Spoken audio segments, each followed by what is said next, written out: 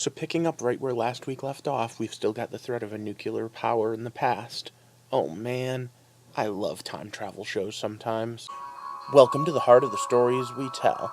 My name is Rob, and tonight I will be reviewing Party at Castle Varlow, episode number 4 of Timeless. And you know what? Show's still going strong. They're still managing to ilk out just enough mystery and just enough answers, mixed in with just enough bit of really thoughtful time travel to make me interested. But let's get right into it and talk about tonight's episode. So once again, it's stop. Spoiler time. First things first, I have to say, as much as it was cool having Ian Fleming be a James Bond-esque character, I don't think that that's actually very indicative of his historical role. However, I also find it funny and very realistic that I think the guys were more in love with him than the girl was. Because, I mean, who doesn't want to be James Bond? And hell, I think it's worth inventing a time machine if it means getting another Sean Connery Bond film out there. The bait and switch of the episode, one of many I see coming, was the fact that they weren't building a nuclear bomb. They needed the fuel of a nuclear bomb to make a nuclear battery. And you know what? That makes great sense. When you're looking long term, you need the ability to move that mothership without it being tracked, without it having to go home so that it can jump back and forth. That battery might just be the greatest innovation they make. And there wasn't a lot in the way of time travel shenanigans. There was a moral lesson, and there was the beginning of what I think is going to be the main twist. So let's talk about that next twist first. Rittenhouse. We were told right in the first episode that they're really the bad guys and that the bad guys are really freedom fighters. And tonight we got our first real look at just how bad the Rittenhouse can be.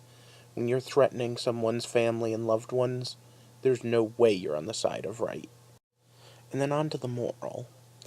The whole thing that was going back and forth, first with Fleming and then with Braun. What point are you responsible for what you do, and at what point are you only responsible for your end of what you do? Is a car manufacturer responsible for the deaths of everyone that gets hit by a car? Of course not, because it's got another purpose. What about a gun manufacturer? Or maybe that's still too political. At the end of the day, Braun made rockets. He wanted to make rockets to get to the moon, and eventually he made it. However, on the way, he made some horrible weapons. It's one of those things that you have to think about, and the time machine's the same thing. It could be our greatest gift, the ability to investigate history, and can be used as one of the most deadly weapons, like the nuclear bomb. Now, Brahm didn't say it, but one of the people working on the nukes did. I've become death, the destroyer of worlds. Oppenheimer said that, and at the end of the day, it's one of those big catch-22s with everything we do with science.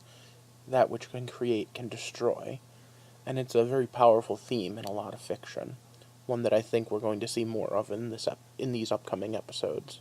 So last week I asked a question for the comments, and no one really stepped up and answered it. I asked last week what you would do to send yourself a message. How would you prove it was you and not a prank? I'm still going to leave that question open in case anyone decides to answer it, but I'm going to ask a second one. If you invented something that was not meant to be a weapon, but was meant to be exploratory or even medical or something, and was turned into a weapon, how would you feel? Would you think that you would be responsible for how someone else perverts what you created?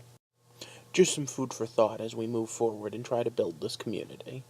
For now, what I need you to do is like, subscribe, and comment, and of course share this video so we can build this community and walk forward into more stories and the heart of the stories we tell. Thanks for watching.